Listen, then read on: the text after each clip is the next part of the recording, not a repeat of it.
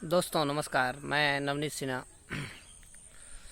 दुनिया में कोरोना संक्रमण जिस तरह से फैला है और जिस तरह से इस महामारी की क्षति हुई है, उस परिप्रेक्ष्य में पूरी दुनिया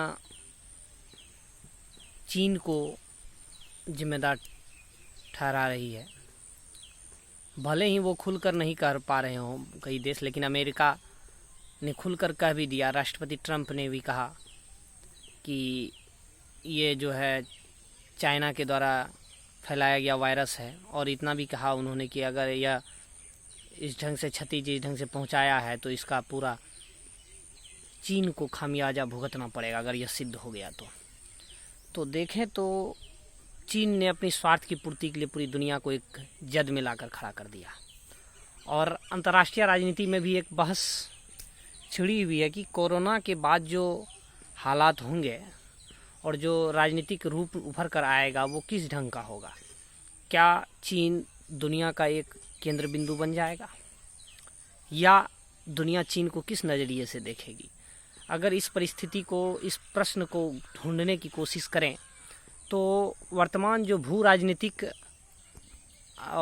व्यवस्था है और विश्व व्यवस्था है उसकी चर्चा करना बेहद ज़रूरी है।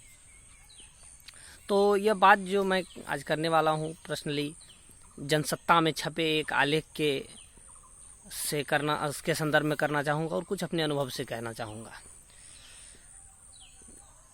तो दोस्तों कोरोना के आने के पहले चीन और अमेरिका के बीच आप गौर किए होंगे कि जो एक ट्रेड वार चल रहा था, और उस ट्रेड वार में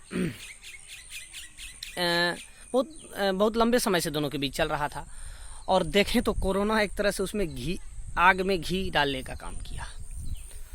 और शुरुआती दौर में अमेरिका ने चीन को यह कह करके घेरने की कोशिश किया कि ये वुहान वायरस है, वुहान विषाणु है, और उसी परिदृश्य में चीज़ आगे चलती गई। लेकिन फिर चीन ने आरोप लगाया अमेरिका पर कि अमेरिका के जो सैन्य जो अभ्यास हुआ था यहाँ पर अमेरिका का, उसी में सैनिक के द्वारा यह फैलाया गया। ये चीन अमेरिका पर आरोप मढ़ रही है कोट करते हुए। तो फिर पासा पलटा, इस ढंग से चीज़ें हुई। फिर निश्चित तौर पर अमेरिका और यूरोप जब इस बीमारी के चंगुल में फंसे तो एक तरह से उनकी सांसें थम सी गई। कई यूरोपीय देश मसलन स्पेन, इटली, फ्रांस और इंग्लैंड एक तरह से कोरोना के जाल में जकड़ते चले गए, और एक भयावह रूप उभर के सामने आया। वह पूरी दुनिया जद में आ चुकी है। चीन तो एक तरह से काफ़ी पीछे छूट गया। और देखा जाए तो अभी आप दोस्तों, जब मैं वीडियो बना रहा हूँ, आज 27 अप्रैल है, तो खुद अमेरिका में इसके हालत गंभीर होते चले गए, आप समझ सकते हैं। दूसरी ओर चीन में निरंकुशता इस ढंग से फैली कि चीन ने दुनिया को दिखाने की कोशिश की कि हमारा जो देश है ये कोरोना, और वुहान जो है खासकर, ये कोरोना मुक्त हो चुका है। और ये देखा जाए तो एक चाल थी। उसने अपने दुनिया के लिए, अपने आप को दुनिया के लिए एक मसीहा के रूप में पेश करने की कोशिश की, और एक ऐसे राष्ट्र के रूप में खड़ा करने की कोशिश की जो कि विश्व शक्ति बन सकता है। और दुनिया को भी लगने लगा कि इस हालत से बचने की क्षमता अगर किसी देश के पास है तो वो चीन है। तो सभी इसके उपाय भी चीन के पास ढूंढने गए।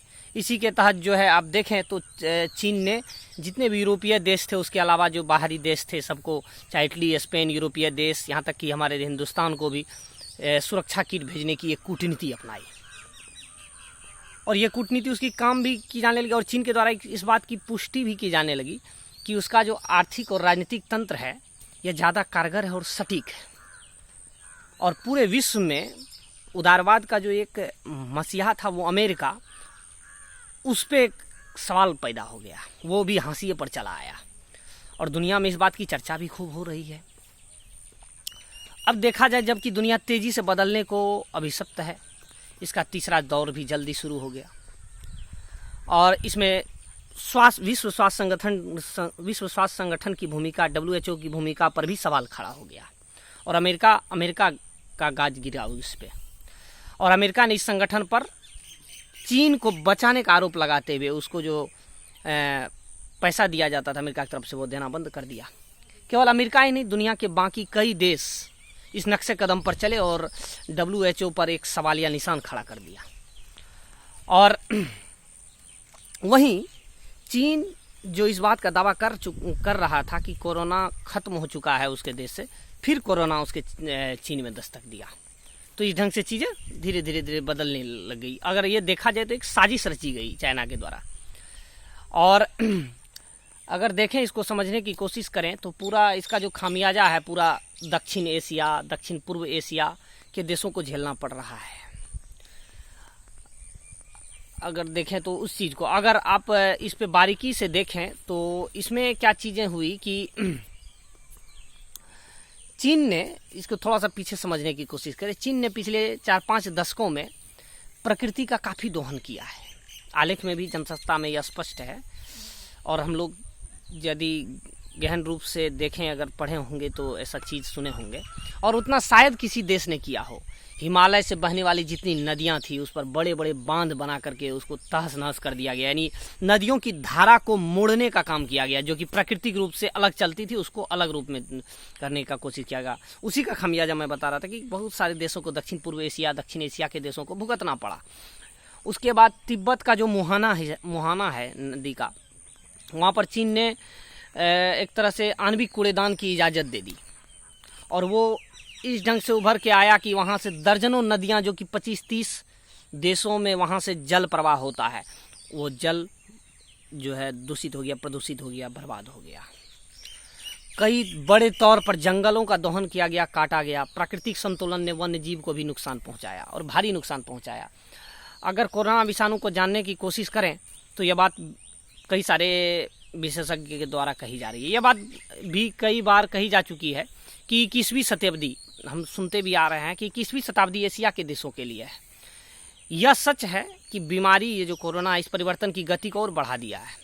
और अगर देखें तो इस परिस्थिति में भी, इस मौजूदा हालात में अमेरिका का जो पतन है वो भी तीखे ढंग से महसूस किया जा सकता है दुनिया। और देखें आप तो यह द्वितीय विश्व युद्ध के बाद पहली बार ऐसी घटना हुई है कि जब अमेरिका ने अपने आप को बचाने में इतना समय लगाया और लगा रहा है, काफ़ी मशक्क़त कर रहा है। दुनिया के बाकी देशों का वो मदद नहीं कर पा रहा। और दुनिया के बाकी देश, पहली बार ऐसा हो रहा है, दुनिया के बाकी देश अमेरिका से अपने आप को बचाने के लिए गुहार नहीं लगा रहे हैं और ना ही अमेरिका इसके लिए तैयार है। और इस परिस्थिति में देखा जाए कि अगर खुद अमेरिका ने भी पेशकश नहीं की। अब अगर हम देखें उस चीज़ को समझने की कोशिश करें, कोरिया युद्ध से लेकर के और जो ये अफ़गानिस्तान तक का जो एक संकट था, उस संकट में काफ़ी सारी चीज़ें अगर हम समझने की कोशिश करें तो उभर करके आई और एक कूटनीतिक स्तर उसका बनता चला गया। ठीक है, अब यहाँ इस आलेख के संदर्भ में और भी चीज़ें हैं कि G7, G20 जैसे जितने भी निगरानी करने वाले दुनिया के अमीर देश के संगठन हैं, वो भी इस समय चुप्पी साध रहे हैं। इसके बीच बैठक तो हुई लेकिन कोई यूनिटी, कोई एक भाव स्पष्ट रूप से समझ में नहीं आया। प्रश्न क्या है यह कि चीन जो है अपनी ताजपोशी के लिए, दुनिया की जो सर्वोच्च ताकत बनने के लिए, क्या चीन ज़्यादा उत्सुक था इस कोरोना के महामारी को अगर देखते हुए समझने की कोशिश करें। हालात बता रहे हैं कि चीन के लिए अमेरिका और अमेरिका की तरह अमेरिकी तर्ज पर दुनिया का प्रधान बनना मुश्किल ही नहीं, नामुमकिन है। और कोरोना संकट ने इस दूरी को देखा जाए तो और बढ़ा दिया है।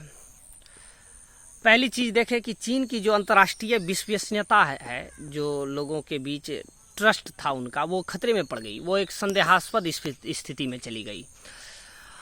अब इसमें भी और भी चीज़ें ये हुई कि जो मैंने बताया कि कीट चीन से आया, सुरक्षा कीट, वो सुरक्षा कीट मानकों पर खरा नहीं उतरा, ज़्यादातर खराब ही थे जो दुनिया के बाकी देश को दिए गए। तो यह एक तरह से कह सकते हैं कि चाइना जिस परिस्थिति में अपने आप को सर्वोच्च दिखाने की कोशिश कर रहा था, उसी परिस्थिति में उनको दंश झेलना पड़ रहा है। और पूरी राजनीतिक व्यवस्था पर उनका जो चाइना पर एक बेहद गंभीर प्रश्न खड़ा हो गया। और चीन का जो आर्थिक ढांचा इस वक्त उसका खास्ता हाल हो चुका है। ऐसे में अगर इस बात का दावा अगर किया जाए कि उसकी व्यवस्था दुरुस्त हो गई, तो केवल चाइना अगर ऐसा कर रहा है, दुनिया को बताने की कोशिश कर रहा है कि मेरी व्यवस्था दुरुस्त है, ये पूरी दुनिया को एक तरह से भ्रम में डालने की कोशिश है। और चीन जो है अपना जितना भी सामान निर्यात करता है उसका 100% का 40% जो एक्सपोर्ट करता है वो यूरोपियन कंट्री को करता है, फ्रांस को, यूरोप के कंट्री को, अमेरिका को, फ्रांस को, ये सबको निर्यात करता है। लेकिन उन देशों ने क्या किया कि चीन के लिए अपने दरवाजे बिल्कुल तरह से बंद कर दिए। तब उस परिस्थिति में चीन को एक बड़ी स्थिति कह सकते हैं कि खराब सी हो गई। चीन की आर्थिक शक्ति अब कैसे बढ़ेगी ये भी एक सवालिया निशान होगा। अरबों डॉलर का जो कर्ज है वो खटाई में जाता दिख रहा है। मलेशिया सहित कई देशों ने ये जो परियोजना है, ये जो अर्थव्यवस्था को लेकर बनाया जा रहा है अमेरिका चाइना का, वो सब सवाल खड़े किए हैं। दुनिया को जो जीतने के लिए चाइना ने वैकल्पिक ढांचा बनाने की पूरी ताकत झोंक दी। उन्होंने क्या किया कि अंतर्राष्ट्रीय मुद्रा कोष जो IMF, उसकी जगह एक अपना बैंक बनाने की, ये बैंक की स्थापना की। वो जो है अंतर्राष्ट्रीय मुद्रा कोष से भी ज़्यादा धन दुनिया के बाकी देशों को दे सकता है। इस परिस्थिति में ये उभर कर सामने आई, यानी ऐसा चाइना अपने आप को ये कर रहा है। उसके अलावा कई ऐसे अंतर्राष्ट्रीय संगठन जो जिसमें चाइना थे, वहाँ पर चाइना को जब लगा कि ये मेरे हित के लिए नहीं है, मेरे स्वार्थ के लिए नहीं है, तो वहाँ से उनको वो तिलांजलि दे दिया, उनको वो छोड़ दिया। फिर भी चीन दुनिया को सबसे ताकतवर देश बनाने का जो सपना देख रहा है वो देखा जाए तो एक तरह से अधूरा रहेगा, क्योंकि ये स्थिति ऐसी बनती दिख जा रही है जब उसकी विश्वसनीयता खतरे में। और जब कोरोना से यह निपटारा होगा तो कैसा होगा यह परिदृश्य, पूरी दुनिया किस ढंग से सोचेगी? क्या अमेरिका भी धराशायी हो जाएगा और नीचे गिरेगा? तब दुनिया की व्यवस्था किस रूप में समझ के सामने आएगी?